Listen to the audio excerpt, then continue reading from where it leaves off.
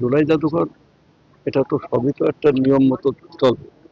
জুলাই জাদুঘরে কোনো কমিটি ছিল না, মানে কমিটি ছিল না, পরিচালনা কমিটি ছিল আগে অন্তর্বর্তী সরকারে। সেই কমিটিটা একটু এলোমেলো অবস্থা ছিল। আমরা নতুন করে পার্লামেন্টে বিল এনে আমরা সেইটাকে নতুনভাবে তৈরি করেছি।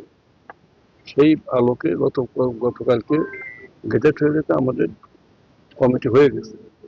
এখন আমরা সাংবাদিক সম্মেলনের মাধ্যমে আমরা মানে জুলাই জাদুঘর যে কথা, জাদুঘর বন্ধ কেন বন্ধ, মানে জাদুঘর আমরা কমিটি ছিল না, পরিচালনা কমিটি ছিল না, তাহলে যে খুশি সেই করতে পারে। এখন আমরা শিগগিরই আমরা চালু করবো।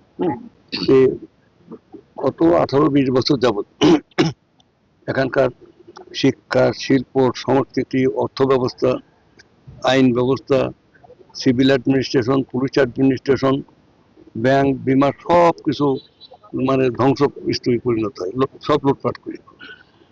এবং সেখানে জনগণের কোনো মূল্য ছিল না, মানে ভোট হোক আর না হোক ক্ষমতা থাকতে হবে।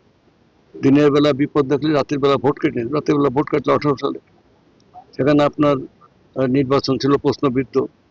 এখানে ব্যাংক বিমা করতে করতে এক এক ব্যাংক থেকে 95,000 কোটি টাকা, 1 লক্ষ কোটি টাকা, কেউ 55,000 কোটি টাকা নিয়ে কয়েকজন ব্যক্তি তার সম্পূর্ণ লুটপাট করে জনগণের আমানত দিয়ে দেশের বাইরে পাচার করতো। আচ্ছা, তাহলে এখন আমাদের কাছে যেটা দাঁড়ালো যে একদিকে হলো লক্ষ লক্ষ কোটি টাকা লুটপাট, শিক্ষা ব্যবস্থা হলো যে পরীক্ষার খাতায় লিখুক আর না লিখুক 98% পাস করে দিতে হবে, তেমন শিক্ষা শেষ। ইতিহাস মানে পাল্টে দেয়া। এখন সংস্কৃতি সেখানে তো মানে ধ্বংস করবেই। আমরা নির্বাচিত একটা গণতান্ত্রিক সরকার 100% নিরপেক্ষ ভোটের মাধ্যমে বিপুল সংখ্যাগরিষ্ঠতা নিয়ে আমরা সরকার গঠন করেছি। আমরা নিরলসভাবে কাজ করে যাচ্ছি।